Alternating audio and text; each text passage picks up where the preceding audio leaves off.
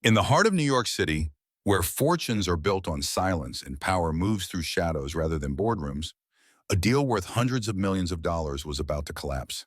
Inside the exclusive Aurelia restaurant, in a private dining room where the velvet curtains were as thick as secrets, Luca Santoro sat trapped in a nightmare he had not anticipated. His Japanese business partners were stone-faced across the mahogany table. His translator was missing. His empire was teetering on the edge of a linguistic cliff that no amount of money or influence could bridge. But just a few feet away, clearing plates with practiced invisibility, was a young waitress named Emily Petrova. To everyone in that room, she was nothing more than part of the furniture, a pair of hands that refilled water glasses and removed empty dishes. They had no idea they were looking at the only person who could save them all. What she did next was not just about rescuing a deal. It was about to expose a truth that would change the trajectory of every life in that room, including her own. The air in the private dining room of Aurelia was thick enough to choke on. It was a suffocating blend of expensive cologne, seared scallops cooling on bone china, and the unmistakable scent of fear, all dressed up as confidence. The room itself was a testament to old money and older power. The walls were paneled in dark mahogany that seemed to absorb light rather than reflect it. A single ornate chandelier hung from the ceiling, its amber bulbs casting a warm, conspiratorial glow over the scene below. Heavy velvet curtains in deep burgundy sealed the space off from the rest of Manhattan, creating a world within a world where the normal rules did not apply. At the head of the table sat Luca Santoro, a man whose name was spoken in whispers throughout the five boroughs. He was 42 years old, though his eyes carried the weight of someone who had lived several lifetimes. His hair was dark and swept back from a face that was all sharp angles and controlled expression. He wore a charcoal suit tailored in Milan, the kind of suit that cost more than most people earned in a year, but looked deceptively simple. On his right hand, he wore a heavy gold ring, an heirloom passed down through 3 generations of Santoro men. It caught the light when he moved, a subtle reminder of legacy and expectation. Luca Santoro was not a CEO in the traditional sense. He did not have a glass tower with his name emblazoned on the side. He did not give interviews to business magazines or speak at conferences. His office was a quiet room above a restaurant in Little Italy, a space that smelled of old leather and cigar smoke, where the walls were decorated with photographs of men in fedoras and women in pearls, all long dead but still watching. His empire was built on things that lived in the gray spaces between legal and otherwise. He controlled the ports, the construction contracts, the flow of goods through the city's veins. When Luca Santoro made a deal, it was sealed with a handshake and the unspoken understanding that breaking it would have consequences that no lawyer could protect you from. Tonight, however, all his power felt useless.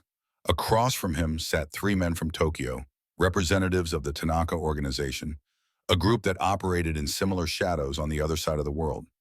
At their center was Kenji Tanaka himself, a man in his 60s with silver hair and eyes like polished obsidian. The deal they were negotiating was massive, a partnership that would give Santoro's organization control over a new shipping route, a logistics network that would funnel hundreds of millions of dollars through both their operations annually. It was the kind of arrangement that could redefine power structures across 2 continents. But it required precision, it required trust, and most critically, it required communication.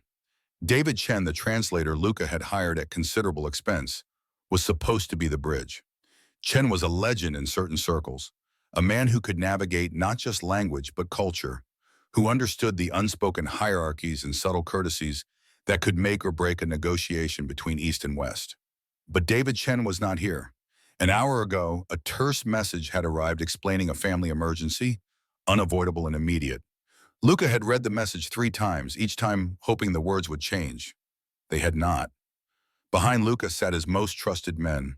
There was Rocco, a mountain of a man with hands like concrete blocks, standing near the door with his arms crossed. Enzo, thinner but no less dangerous, was positioned by the window, his eyes constantly scanning. And at the table sat Carmine, Luca's consigliere, an older man with wire-rimmed glasses in the mind of a chess master. None of them could help with this particular problem. For all their combined experience, not one of them could speak more than a handful of Japanese words, mostly learned from movies. Mr. Tanaka cleared his throat, the sound cutting through the oppressive silence like a blade. He spoke in careful, measured English, his accent heavy, but his words precise. Perhaps, Mr. Santoro, we should reschedule. This matter requires great detail. Precision is essential in our line of work. Miscommunication could be unfortunate. The word reschedule landed like a death sentence. Tanaka and his men were flying back to Tokyo in the morning. Rescheduling meant momentum lost, credibility questioned. It meant that Luca's competitors, particularly a ruthless operator named Vincent Rossi, who had been circling this deal like a shark, would have time to make their own pitch. Luca had already heard whispers that Rossi was courting the Tanaka organization with promises and concessions. This meeting was his singular opportunity to cement the partnership. Losing it was not an option. Luca leaned back in his chair, his posture relaxed, his face a mask of controlled calm. When he spoke, his voice was low and smooth, the kind of voice that did not need to be raised to command attention. Not at all, Mr. Tanaka. David Chen is merely delayed by an unexpected situation, a family matter that could not wait. He will arrive shortly. In the meantime, please, enjoy the meal. Aurelia's chef has prepared something special for this evening. It was a lie, and everyone at the table knew it. The slight tightening around Mr. Tanaka's eyes confirmed that the deception had been noted and cataloged. In their world, such a failure was not just inconvenient. It was an insult, a sign of disorganization that raised questions about reliability. If Luca Santoro could not manage something as basic as securing a translator for the most important negotiation of the year, how could he be trusted to manage a multi-million-dollar operation spanning two hemispheres? Carmine leaned close to Luca and whispered, his voice barely audible. Luca, we are in trouble. We cannot discuss the specifics of the shipping routes or the revenue splits without proper translation. We should consider postponing before we make this worse. Luca turned his head slightly, his eyes meeting Carmine's. He did not raise his voice. He did not need to. We do not postpone. We find a solution. It was in this suffocating silence, in this moment of barely controlled desperation, that Emily Petrova moved through the room like a ghost. She was 27 years old, though the exhaustion in her eyes made her seem older. Her light brown hair was pulled back in a tight, functional bun. Her uniform was simple, a black dress with a white apron, the standard attire for the serving staff at Aurelia. She moved with an economy of motion that came from years of practice, refilling water glasses without making a sound, clearing plates without drawing attention. To the men at that table, she was functionally invisible, part of the background, as unremarkable as the wallpaper. But Emily was not unremarkable. Behind her neutral expression and her downcast eyes, she was a universe of observation and suppressed potential. She did not just hear the silence in the room. She understood its texture and weight. She saw the forced composure on Luca Santoro's face, the cold disappointment in the eyes of the Japanese visitors, the tension radiating from the men standing guard. She had been working at Aurelia for 3 years, and in that time she had learned to read the subtle language of power. She knew when a deal was going well and when it was collapsing. This one was collapsing. As she reached for Mr. Tanaka's empty plate, moving with careful deference, he murmured a soft, reflexive phrase without looking at her. Arigato. Thank you. It was automatic, a courtesy extended to someone beneath notice. Emily's fingers paused for a fraction of a second over the porcelain. The word hung in the air, a bridge she had not expected to find. She should have simply nodded and continued her work. That would have been the safe choice, the smart choice. But something inside her, some part of her that had been dormant for years, stirred to life. She met Mr. Tanaka's gaze for a fleeting moment and replied in a voice so soft it was almost a whisper, "Duitashimashite." The effect was immediate. Mr. Tanaka's eyes widened slightly, the first crack in his stoic demeanor. He looked at her, truly looked at her, for the first time. His gaze was sharp, assessing. For a moment, the room seemed to hold its breath. Then the moment passed. Mr. Tanaka inclined his head politely and turned back to the table. After all, she was just a waitress. What did it matter if she knew a phrase or two? But Emily knew it mattered. She retreated to the corner of the room, her heart pounding harder than it should have been. The Japanese word had slipped out unbidden, a relic from a life she had been forced to abandon. She watched the scene continue to unfold, watched Luca Santoro attempt to use a translation app on his phone, the robotic voice mangling complex business terms into incomprehensible nonsense. The Japanese executives exchanged glances that communicated volumes, pity mixed with disdain. This was not how serious men conducted serious business. Emily felt a surge of frustration mixed with something she had not felt in years, opportunity. She knew this language. She knew it intimately, not from a textbook, but from lived experience. She had spent 2 years in a small village outside Kyoto as part of her studies at Georgetown University, living with a family, speaking nothing but Japanese from sunrise to sunset. She had mastered not just the words, but the nuances, the formal registers of speech, the cultural codes that governed every interaction. She had been on a path to becoming a diplomatic attaché, someone who bridged worlds. But life had intervened with brutal efficiency. Her mother's diagnosis had come during her final year of graduate school. Multiple sclerosis, aggressive and unrelenting. The medical bills had piled up faster than any scholarship or loan could cover. Her father, a retired postal worker, had burned through his savings in the first year. Emily had been forced to make a choice: continue her education and watch her mother suffer in substandard care, or abandon her dreams and take any job that would pay. She had chosen her mother. She had dropped out of Georgetown, moved back to New York, and taken a job at Aurelia because it paid better than most and asked no questions. Now, 3 years later, her world had shrunk to the four walls of this restaurant. She served men like Luca Santoro, men who wielded power she could only imagine, men who would never know that the woman pouring their water could speak 5 languages and had once been destined for so much more. She had accepted this diminishment. She had told herself it was temporary, that someday things would change.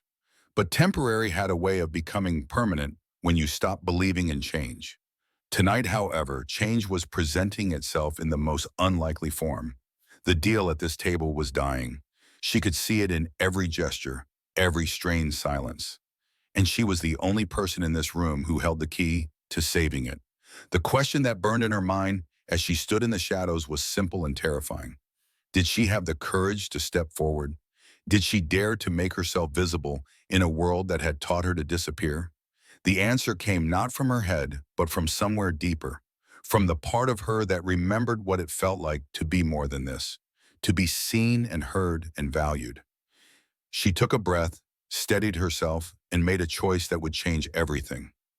The atmosphere in the room had moved past a tense and into something closer to funereal. Luca's translation app had just committed an unforgivable error, mistranslating a critical clause about shipping security into something that sounded alarmingly like pirate protection guarantee. One of Mr. Tanaka's younger associates had to physically cover his mouth to suppress a laugh, a breach of decorum so profound that it signaled the end of any hope for this negotiation. The deal was not just failing, it was being humiliated. Mr. Tanaka placed his hands flat on the table, a gesture of finality. When he spoke, his voice was devoid of warmth, a formal pronouncement. Mr. Santoro, I appreciate your hospitality and your time. However, it is clear that we have reached an impasse. Without precise communication, we cannot proceed. It would be unwise for both our organizations. Luca felt a cold knot tighten in his chest. He saw the future unfolding in that moment. He saw Vincent Rossi laughing as he signed the contract that should have been Luca's. He saw his own reputation taking a hit it might never recover from. In his world, failure was not just about money. It was about respect, about the perception of competence and control. This failure would echo. He was about to offer a concession, to suggest a rescheduling with guarantees and assurances that would sound hollow even as he spoke them, when a soft voice cut through the heavy air like a blade. Forgive my intrusion, sir. Every head in the room turned toward the source. It was the waitress, Emily. She stood near the service door, her hands clasped in front of her in a posture of respectful deference. She had not shouted or demanded attention. She had simply spoken, her voice clear and steady, loud enough to be heard but not so loud as to seem presumptuous. Carmine scowled and made a dismissive gesture. Get back to the kitchen. This does not concern you. Luca was about to wave her away as well, irritated by the interruption, when he noticed something. Mr. Tanaka was not looking at him anymore. The Japanese man's attention was fixed entirely on Emily, his expression one of intense curiosity. He remembered her, the waitress who had responded in his language. "You have something to say, miss?" Mr. Tanaka asked, his English direct, his gaze unwavering. Emily took a breath, every instinct screaming at her to apologize and retreat. This was not her place. These were men who operated in a world of power and consequence that she could barely comprehend. She was nobody, a server with a tray and an apron. But then she caught sight of her own reflection in the mirrored panel on the far wall. She saw the tired eyes, the uniform that marked her as lesser, and something ignited inside her. This was her chance, not just to help them, but to save herself from a life of invisibility. She turned to face Mr. Tanaka directly, and when she spoke, it was not in English. The words that came from her mouth were fluid, respectful, and complex, utilizing the formal keigo style of Japanese reserved for addressing someone of high status.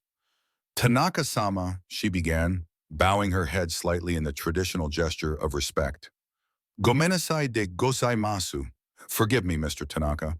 I do not mean to overstep my position. However, I could not help but notice that your important discussion has encountered a barrier. It pains me to see a matter of such significance hindered by something as simple as language. The effect was instantaneous and seismic. The two younger Japanese executives sat bolt upright, their carefully maintained composure shattered by shock. Mr. Tanaka's stoic mask did not just crack, it fell away entirely. He stared at Emily, his eyes wide with disbelief, as if she had just performed an impossible magic trick. Luca Santoro and his men could only watch in stunned silence. They had no idea what she had said, but the reaction from across the table told them it was something extraordinary.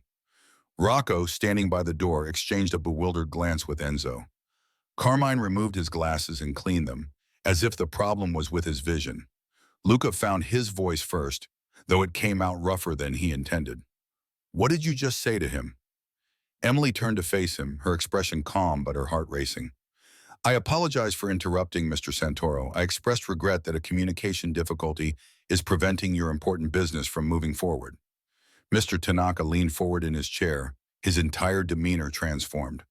The coldness was gone, replaced by laser-focused attention. He addressed Emily in rapid Japanese, his tone sharp with both curiosity and challenge. "Anata wa bijinesu yogo wo rikai shimasu ka?" Do you understand business terminology? Negotiations regarding international logistics and financial arrangements require specialized vocabulary. This is not casual conversation. Without missing a beat, Emily responded, her Japanese as precise and formal as his. "Hai rikai shaite orimasu." Yes, I understand. I studied international relations and commercial law at Sophia University. Logistics and contract law were among my areas of focus. She had made a strategic choice in that moment, substituting Georgetown with Sophia University in Tokyo. It was a calculated gamble, a small deception designed to establish immediate credibility and shared academic ground. It worked. The mention of Sophia, one of Japan's most prestigious institutions, sent another ripple of astonishment through the Japanese delegation. This was not some waitress who had picked up phrases from movies. This was someone with serious, relevant training. Luca felt the ground shift beneath him. He was watching something that defied all logic. His waitress, the young woman he had never noticed beyond her function, was conducting a high-level conversation with one of the most powerful men in Tokyo's underworld. He could not understand a single word being spoken, but he understood body language perfectly. The hostility that had filled the room moments ago was evaporating, replaced by genuine interest. "Luca," Carmine whispered urgently, tugging at his sleeve. "What is happening?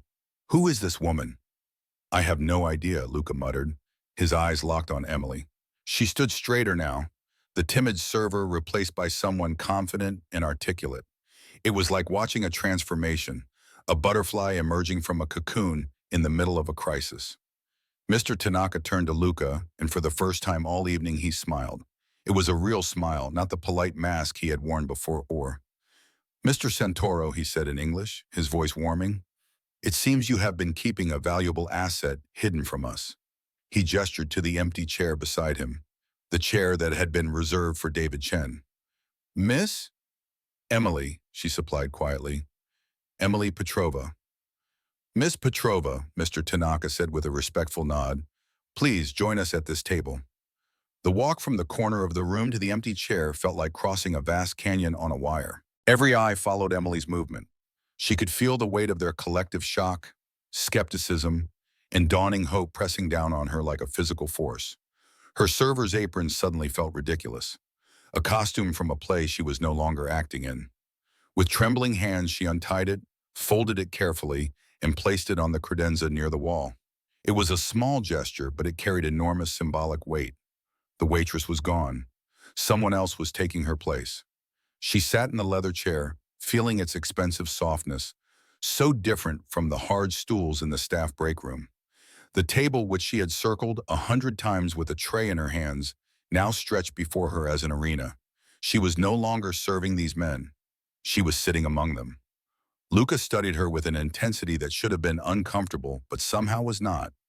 His dark eyes, which missed nothing, took in every detail. The way she held herself, the calm focus in her expression, the complete absence of nervousness, so that she had committed to this path. He realized he had been blind. This woman had been in his presence dozens of times, and he had never truly seen her. Miss Petrova, he said, his voice measured, choosing his words with care. I need to understand what is happening here. Mr. Tanaka asked about your qualifications. What did you tell him? Emily met his gaze directly. There was a quiet strength in her eyes that had not been there when she was holding a water pitcher. I told him that I am familiar with business terminology and contract law. I assured him that I can facilitate this negotiation with the precision it requires. Carmine made a sound of disbelief. You learned contract law serving pasta? Before Emily could respond, Mr. Tanaka interjected. He spoke to her in Japanese, a detailed question that lasted nearly a minute. Emily listened with complete concentration, her eyes never leaving his face. When he finished, she turned back to Luca. Mr. Tanaka wishes to return to the issue that was causing difficulty before. The clause in your proposal regarding exclusivity on the shipping routes. His team has concerns. They feel the language is too restrictive and could prevent them from pursuing other opportunities in the same region. They need clarification on your intentions. Luca's mind raced.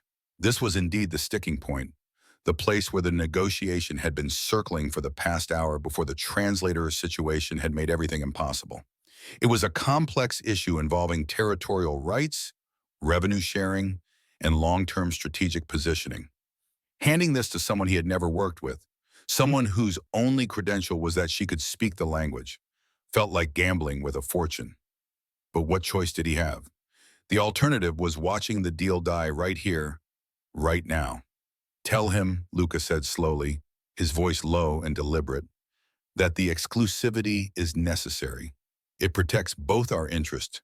It ensures that we are not competing against each other in the same territory. It is the foundation of the partnership. Emily nodded, but when she turned to the Japanese delegation, she did not simply translate his words directly. She did something far more sophisticated. She reframed the message in a way that acknowledged their concerns while presenting Luca's position in cultural terms that would resonate. She spoke in Japanese, her tone respectful but confident. Santoro-sama wishes me to convey that the exclusivity clause is not intended as a restriction on your organization's freedom. Rather, it is meant to create what we might call a sacred space, where this specific partnership can flourish without outside interference. It is a gesture of focused commitment, a way of saying that this relationship is being given priority and protection. The intention is to build trust, not to limit opportunity. She had used the metaphor of a sacred space, a concept that carried significant cultural weight in Japanese business philosophy. It reframed the restriction as an honor rather than a limitation. It was a nuance that a direct translation would never have captured. The lead negotiator on Mr. Tanaka's team, a stern man in his 50s named Sato, leaned forward and spoke at length. His voice was animated, occasionally sharp. He gestured at the contract documents on the table, making specific points. Emily listened with absolute focus, absorbing every word. When Sato finished, Emily turned back to Luca. Her voice was calm and analytical. Mr. Sato's primary objection is the 5-year duration of the exclusivity. He argues that in the current global shipping environment, 5 years is an eternity. Markets shift, regulations change, new opportunities emerge. Under this agreement, if a superior partnership opportunity arose, Tanaka's organization would be contractually forbidden from pursuing it. He points out that your organization, while respected, is untested in this particular route. They would be taking a significant risk with a long-term commitment to an unproven venture. She had not just translated his objection. She had distilled it, presenting the core argument with clarity that cut through the language barrier to reveal the genuine business concern underneath. Carmen leaned toward Luca, his voice barely audible. She is right. That has been their objection from the beginning. We thought they were just negotiating, but this is their real concern. Luca felt a strange sensation, something between vertigo and revelation.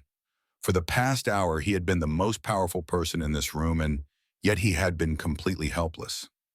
Now, the person with the most power, the one who controlled whether this deal lived or died, was a young woman he had barely considered human enough to make eye contact with. He looked at the contract, then back at Emily. There was intelligence in her eyes, a sharp analytical quality he had completely missed. "What would you propose?" he asked, and the question shocked everyone at the table, most of all himself. He was asking a waitress for strategic business advice. Emily hesitated, surprised by the question. She looked at the faces around the table, the Japanese executives waiting, Luca's men bewildered, and Luca himself, his carefully constructed authority stripped away to reveal a raw need for a solution. She took a breath and gave him her honest assessment. "Sir, Mr. Sato's concern is legitimate. A 5-year commitment is substantial. But I believe there is a compromise that could satisfy both parties. What if the exclusivity were reduced to 2 years, followed by a 3-year period of right of first refusal? If a better opportunity emerges, you would have 6 months to match or exceed its terms. If you cannot, they are free to pursue it while still maintaining your original agreement under revised, non-exclusive terms. It protects your initial investment while giving them flexibility. It shows confidence in your ability to remain the best option." The room fell silent.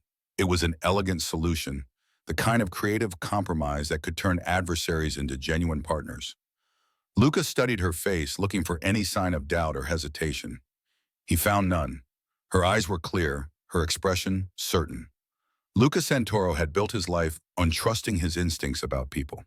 Those instincts had kept him alive and powerful in a world where both were constantly under threat.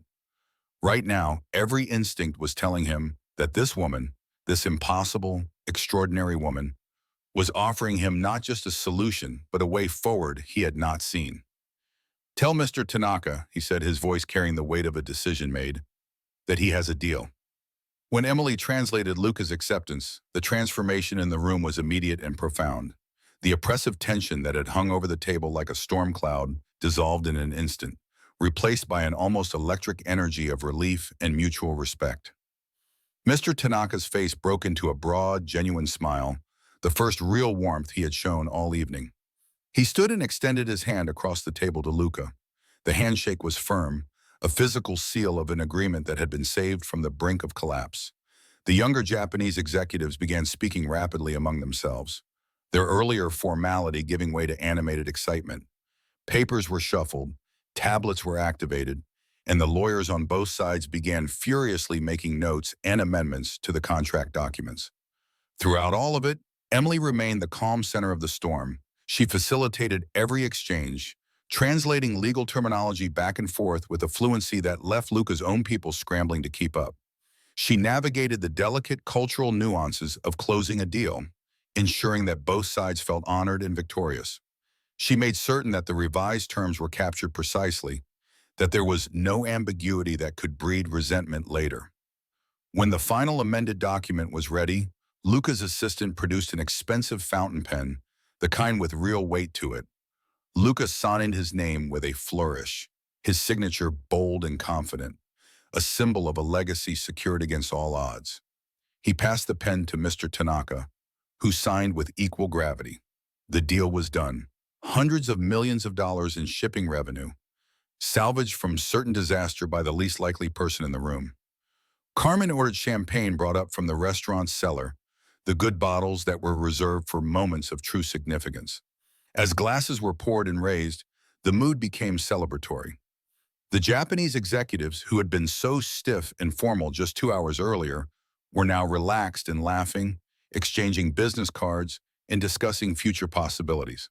But the highest praise was reserved for Emily. Mr. Bribiara. Tanaka raised his glass toward her, his voice booming with genuine admiration. To Miss Petrova, he declared, the finest and most surprising negotiator I have ever had the pleasure of meeting.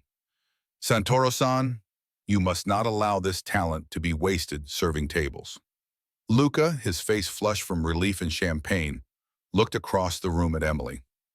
She had moved back toward the wall, as if preparing to fade into the background again, to return to her role as invisible help. But that was impossible now. Everyone in this room had seen her. There was no going back to invisibility. Do not worry, Tanaka-san, Luca said, his eyes locked on Emily. I have no intention of wasting her talent. The party eventually wound down.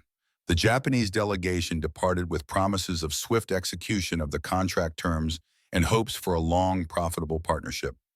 Luca's men left one by one, each of them casting looks of amazement at Emily as they passed, as if she were some kind of mythical creature that had appeared in their midst. Finally, the room was empty except for Luca and Emily. The table was littered with the remnants of the historic meal, empty glasses and scattered papers. The amber light from the chandelier cast long shadows across the mahogany. Luca walked over to where Emily stood.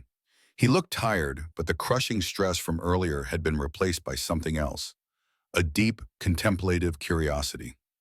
I do not know what to say to you, he began, his voice softer than she had ever heard it. Thank you seems inadequate for what you did tonight. You did not just save a deal, Miss Petrova. You may have saved my reputation, my business, perhaps more. I was just grateful I could help, sir, Emily said quietly, feeling suddenly awkward now that the crisis was over and they were alone. Luca shook his head slowly.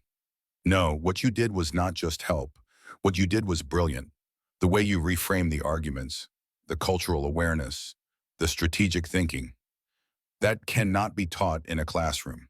He paused. Tanaka mentioned Sophia University. Were you really a student there? This was the moment Emily had been dreading, the moment when her small lie would be exposed. She had known it would come. She took a steadying breath and decided on the truth, the whole truth. No, sir, she said, her gaze unwavering despite her nervousness. I have never been to Sophia University. I studied international relations and East Asian studies at Georgetown University. Luca's eyebrows rose in surprise. Georgetown? That is one of the finest programs in the country. What happened? Emily's professional composure crumbled slightly, revealing the exhausted young woman beneath. Life happened, Mr. Santoro. My mother was diagnosed with an aggressive form of multiple sclerosis 5 years ago. The medical treatments, the round-the-clock care, the specialized facilities, it was financially devastating. My father's savings were gone in the first year. I had to leave my graduate program to work. I took 2 jobs. This is one of them. I needed to keep her in decent care and pay the bills that kept coming. She spoke without self-pity, stating the brutal facts of her life with the same calm precision she had used to translate contract clauses. But there was a weariness in her voice, the accumulated weight of 5 years of sacrifice. The story hung in the air between them, a stark contrast to the gilded luxury of their surroundings. Luca was silent for a long moment. He, who had spent his life dealing in hard realities, was confronted with a reality harder than most. Here was a mind that should have been shaping policy or advising diplomats, and instead it had been used to remember who wanted sparkling water and who wanted still. The injustice of it struck him with unexpected force. He had always believed in recognizing talent, in elevating those who deserved it. And here, the most formidable talent he had encountered in years had been hiding in plain sight. buried under circumstances beyond her control. "You're Japanese," he said, his voice thick with an emotion he rarely allowed himself to feel. "It is flawless, better than Chen's, and I paid him a fortune. I lived in a rural area near Kyoto for 2 years as part of my degree," Emily explained. "Total immersion. You learn fast when no one speaks English and you need to survive." Luca finally understood. It was not just academic training. It was lived experience combined with natural intelligence and forged in the fire of hardship. That combination was what he had witnessed tonight. He reached into the inner pocket of his jacket and pulled out a small card. His name was printed on it, nothing else. He handed it to her. "This is my private number," he said. "Very few people have this. I want you to call me tomorrow morning. We need to have a conversation." Emily looked down at the card. It felt heavier than it should have. "A conversation about what, sir?" A genuine smile touched Luca's lips, the kind of smile that made him look younger, almost boyish. "About your future, about what you are actually worth to an organization that knows how to value talent. Emily Petrova, your career as a waitress is over, if you want it to be." Emily did not sleep that night. She sat in her tiny apartment in Queens, a cramped studio with water-stained ceilings and a radiator that clanked through the night. The business card sat on her worn kitchen table like a relic from another dimension. The adrenaline from the evening had long since faded, leaving behind a surreal mix of elation and terror that made her hands shake when she reached for her coffee cup. Could this actually be real? Was the life she had dreamed of, the one that had been ripped away from her 5 years ago, actually within reach again? Or would she call that number in the morning, then only to find that Luca Santoro had sobered up, realized the absurdity of hiring his waitress, and politely told her to forget the whole thing? Doubt, that familiar and unwelcome companion, crept in through the cracks in her hope. Men like Luca Santoro lived in a different universe, one where problems were solved with money and connections, not with the desperate courage of service workers. What made her think she belonged in that universe? But then she thought of her mother. She pictured her in the care facility, in that small room with the flickering fluorescent light and the smell of disinfectant that never quite went away. Her mother's body was failing, but her mind was still sharp, still full of guilt for the burden her illness had placed on her only daughter. The thought of being able to tell her that everything was going to be okay, that the endless worry about money was finally over, was a light so bright it hurt to look at directly. That thought, more than anything, gave Emily the courage she needed. At precisely 9 o'clock in the morning, her hand trembling slightly, she dialed the number on the card. It was answered on the first ring. "Santoro!" His voice was crisp, businesslike, a world away from the emotional man in the restaurant the night before. "Mr. Santoro, Emily said, her voice barely above a whisper. "This is Emily Petrova." "Emily, good. I was hoping you would call." His tone warmed immediately. "There is a car waiting outside your building. It will bring you to me. We have much to discuss." Emily walked to her window and looked down at the street. Sure enough, a sleek black car was idling at the curb, looking as out of place in her neighborhood as a spaceship would have been. The driver, a large man in a dark suit, was leaning against the hood, waiting. The journey from Queens to Luca's headquarters was a disorienting passage through a portal to another world. They did not go to a glass tower in Midtown. Instead, the car wound through the narrow streets of Little Italy, eventually stopping in front of a modest-looking building with a restaurant on the ground floor. The sign above the door read Giardino in elegant script. The driver opened her door and gestured toward a side entrance. Emily followed, her heart pounding. She climbed a narrow staircase that smelled of espresso and old wood. At the top, a heavy door stood open. The office beyond was nothing like what she expected. It was not modern or minimalist. The walls were paneled in dark wood, and the furniture was old but clearly expensive, the kind that had been crafted by hand decades ago. Paintings hung on the walls, pastoral scenes of the Italian countryside. A large desk dominated one end of the room, and behind it hung a photograph of a stern-looking man in a fedora, his eyes intense even across the decades. Luca was standing by the window, looking out over the street below. He was not wearing a suit jacket, just a white shirt with the sleeves rolled up to his elbows. It made him look less intimidating, more human. When he turned to face her, he smiled. You found the place, he said. Good. Please sit. He gestured to a pair of leather chairs near a small table. As Emily sat, a woman entered with a tray holding espresso, water, and a plate of biscotti.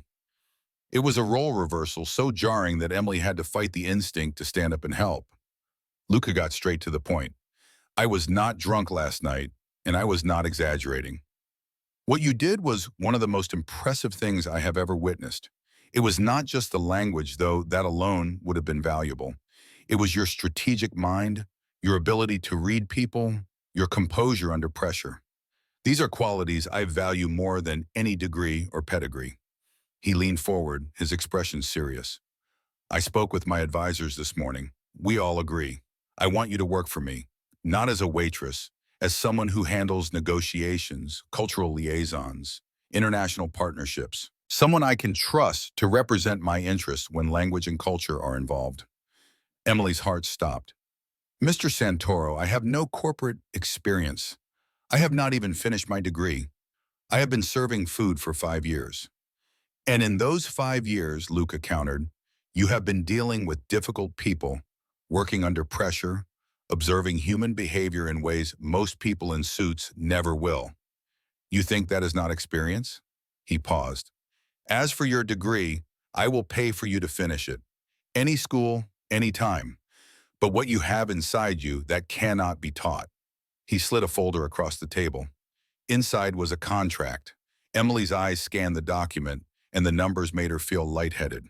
The salary was more than she had earned in the past 5 years combined. There was a signing bonus, paid in cash, that would cover all her mother's medical debt immediately. There were provisions for health insurance, for her and her mother. There was even a relocation stipend if she wanted to move to a better apartment. It was everything she had dreamed of, handed to her in a single moment, and it terrified her. I do not know what to say, she stammered, her hands trembling as she held the contract. Say yes, Luca said simply. Say you will give it a chance. I know this is a leap. You will face skepticism. Some of my people will doubt you because of where you came from. It will be your job to prove them wrong, and I believe you will. Emily looked at him, this powerful man who operated in shadows, who commanded respect through silence and subtle gestures. She realized that he was offering her more than a job. He was offering her a chance to reclaim the life that had been stolen from her, to become the person she was supposed to be. She thought of her mother. She thought of the endless nights of exhaustion, the constant anxiety about money, the slow death of hope. She thought of the woman she had been before all of this, the confident student who believed she could change the world. Yes, she said, her voice stronger now. Yes, I will do it. Luca smiled, and it was a smile of genuine warmth. He extended his hand across the table. When Emily shook it, his grip was firm, the handshake of equals, making an agreement. Welcome to the family, Miss Petrova, he said. Now let us see what you can really do. The first few weeks in her new role were a brutal baptism by fire. The rumors spread through Luca's organization like wildfire. The boss had hired a waitress for a position of real authority. To many, it seemed like an eccentric whim, an inexplicable decision that defied all logic. Emily walked through the halls under a cloud of whispers and skeptical glances. Luca's consigliere, Carmine, and his inner circle were particularly resistant. They tested her constantly during meetings, throwing complex questions at her, hoping to expose her as a fraud. They conveniently forgot to include her in important communications. They made remarks, just loud enough for her to hear, about how serving pasta did not qualify someone for strategic work. But they fundamentally misunderstood who Emily was.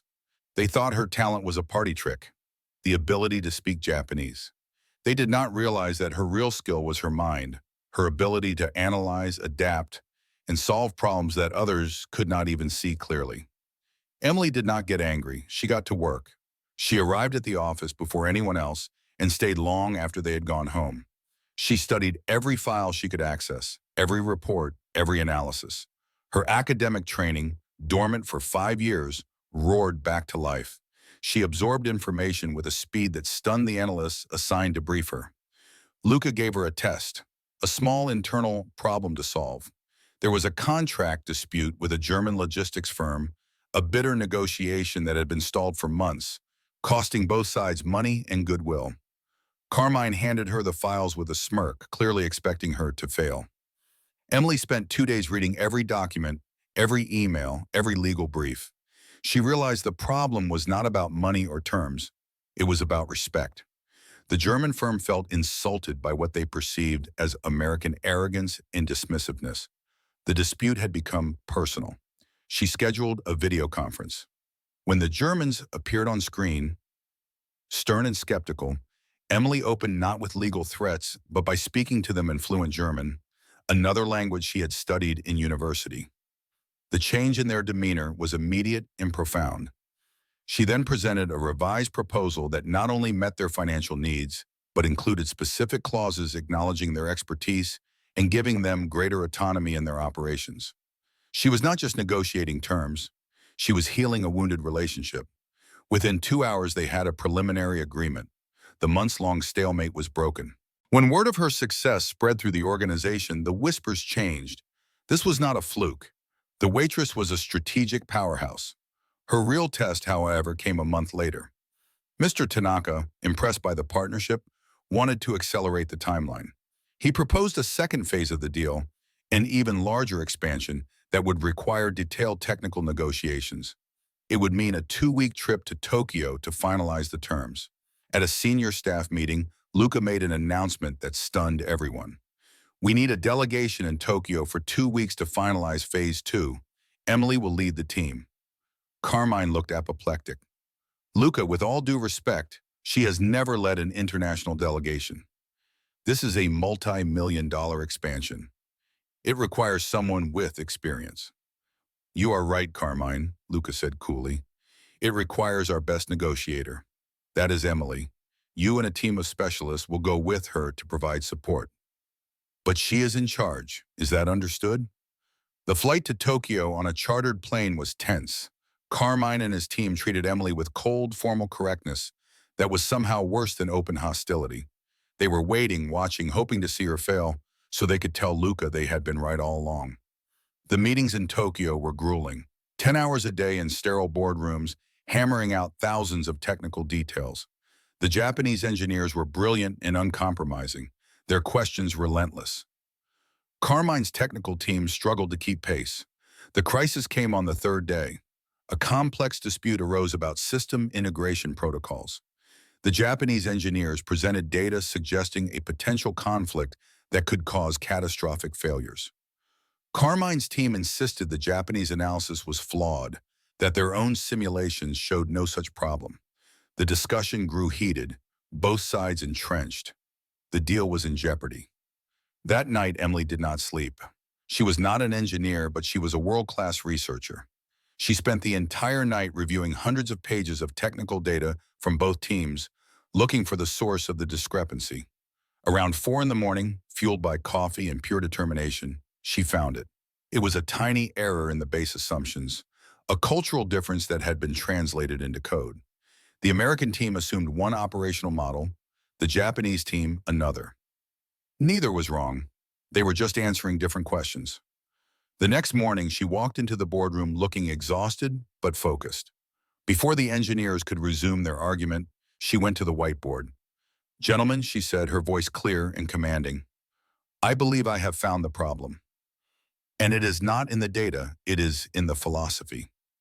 For the next 30 minutes, speaking fluidly in both English and Japanese, she explained her discovery. She did not blame either side. Instead, she framed it as an opportunity. By combining both approaches, they could create a system more robust than either had envisioned. When she finished, the room was silent. Then Mr. Sato, the stern head engineer, stood and bowed deeply. "Petrova-san," he said, his voice filled with respect. "That is the most brilliant solution I have ever witnessed." The rest of the negotiation was a formality. They secured the expansion deal and forged a genuine partnership built on mutual respect. On the flight home, the atmosphere was completely different. Carmine was quiet, contemplative. The specialists were asking for Emily's input, treating her as their leader. She had not just won the deal, she had won their respect. When they returned to New York, the news had preceded them. The expansion was official, worth hundreds of millions. Luca greeted Emily not in his private office, but in the main area where everyone could see. He shook her hand firmly, a public endorsement that left no room for doubt. The whispers about the waitress finally died. In their place grew a legend. Emily Petrova was no longer a curiosity. She was a force. With her new financial security, Emily's first act was to move her mother. She transferred her from the basic care facility to a state-of-the-art treatment center specializing in multiple sclerosis. The new center had renowned doctors, advanced therapies, and beautiful rooms overlooking a garden. The first time Emily visited her there, she found her mother sitting in a wheelchair on a private patio, looking stronger than she had in years. "Emily," her mother said, tears in her eyes, "I never thought I would see a place like this." "Only the best for you, Mom," Emily said, kneeling beside the wheelchair. "All the debts are gone. You do not have to worry about anything anymore. Just focus on getting stronger." Her mother looked at her with overwhelming pride. "It was never a burden, my love. But seeing you like this, seeing you become who you were meant to be, that is the greatest gift." At work, Emily's role expanded rapidly. Luca brought her into every major negotiation. Her office was moved next to his. She was no longer just a specialist. She was his most trusted advisor. She built a new department, hiring people with unconventional backgrounds, linguists, diplomats, cultural experts, people whose talents had been overlooked by traditional corporations. Her team became known as the most effective problem solvers in the organization. One afternoon, Luca called her into his office. "I have been thinking about David Chen," he said, "the translator who never showed up that night. His family emergency was real. His daughter was in an accident. The medical bills destroyed him. He lost everything." Luca slid a personnel file across the desk. "Your department needs a senior advisor, someone to manage translation protocols for sensitive projects. The position comes with comprehensive health insurance. I think you should offer it to him." Emily smiled, understanding immediately. This was Luca showing her what real power meant, not just closing deals, but changing lives. The next day, she met David Chen at a quiet cafe. He looked worn down, the ghost of the confident professional he had once been. When she explained the job offer and the benefits, including full coverage for his daughter's care, tears filled his eyes. "Miss Petrova," he managed to say, "why would you do this? My failure gave you your opportunity." "No, Mr. Chen," Emily said gently. "Your personal tragedy created an opening. My preparation created the opportunity. We do not succeed by stepping on others. We succeed by lifting each other up." He accepted immediately. In that moment, Emily's journey came full circle. She was no longer just receiving opportunities. She was creating them for others. 2 years passed. The world had changed in ways Emily could never have imagined. The partnership with Tanaka had flourished beyond all expectations. Emily's department had become essential to the organization's success, the engine behind their expansion into new markets across 3 continents. Emily Petrova was no longer a legend. She was an institution. Her name was synonymous with a new way of doing business, one built on understanding, respect, and creative problem solving. She had been profiled in business publications, hailed as a visionary. She sat now at the head of a conference table in Geneva, leading final negotiations for a major partnership with a Swiss firm. Her team of experts flanked her. Across the table, the Swiss executives listened with rapt attention as she articulated complex terms in flawless Swiss German. Watching from the back of the room was Luca Santoro. He rarely attended negotiations anymore. He trusted Emily completely, but he had come for this one just to watch her work. He saw the same brilliance from that first night, now refined by experience and backed by real authority. He felt profound pride, not in himself for discovering her, but in her for becoming everything she was capable of being. After the deal was signed, Luca and Emily walked along the shore of Lake Geneva. The sun was setting behind the mountains, painting the sky in brilliant colors. "I used to think," Luca said thoughtfully, "that success was about power, about control, about winning while others lost. Zero sum." He stopped and turned to her. "You taught me different. You showed me that the best deals are not transactions. They are relationships. You showed me that our vulnerabilities can become our greatest strengths if we are humble enough to accept help." You were humble enough to listen, Emily said gently. That is rare for someone in your position. He laughed. I was desperate enough to listen. The humility came later. He paused. There is something I need to tell you. My advisors and I have been discussing the organization's future. We need someone to oversee day-to-day operations across all our divisions. Someone with vision in the respect of everyone. We voted unanimously. He looked at her directly. Emily, we want you to become our chief operating officer. You would essentially run the entire enterprise. Emily stopped walking, her heart racing. Waitress, negotiator, department head, now this. The trajectory was impossible, yet here she stood. There is one condition, Luca added, his expression serious. What is that? You have to take a real vacation. A month, at least. Go see the world not for work, but for yourself. Emily smiled, a radiant, genuine smile. I can agree to that condition. She knew exactly where she would go first. A small village outside Kyoto, to quietly thank the place that had given her the words to change her life. Emily's incredible journey is a testament to something we too often forget in our modern world. A person's worth is not defined by their uniform or their job title. It is defined by the talents they carry, the resilience they show, and the courage they summon when opportunity knocks. Emily was never just a waitress who happened to know Japanese. She was a brilliant strategist waiting for a crisis to reveal her true self. Her story challenges all of us to look beyond the surface, to value the hidden talents in the people around us, and to never underestimate anyone based on where they stand in the social hierarchy. The most extraordinary gifts often come wrapped in the most ordinary packages. The person pouring your coffee might be the person who could change your life. The key is having the wisdom to recognize talent when it appears and the courage to give it a chance to shine. Luca Santoro had that wisdom. Emily Petrova had that talent. Together, they proved that sometimes the greatest deals are not about money or power. They are about the chances we take on each other. If this story moved you, share it with someone who needs to hear it. Let them know that their current situation does not define their potential. Let them know that a single moment of courage, a single decision to step forward and use their unique gifts can change everything. What would you have done in Emily's place? Would you have had the courage to speak up, to risk everything on a single moment? Tell us in the comments. And remember, the next time you interact with someone in service, in any role that society tells you is small or insignificant, look a little closer. You might be standing next to greatness, waiting to be recognized.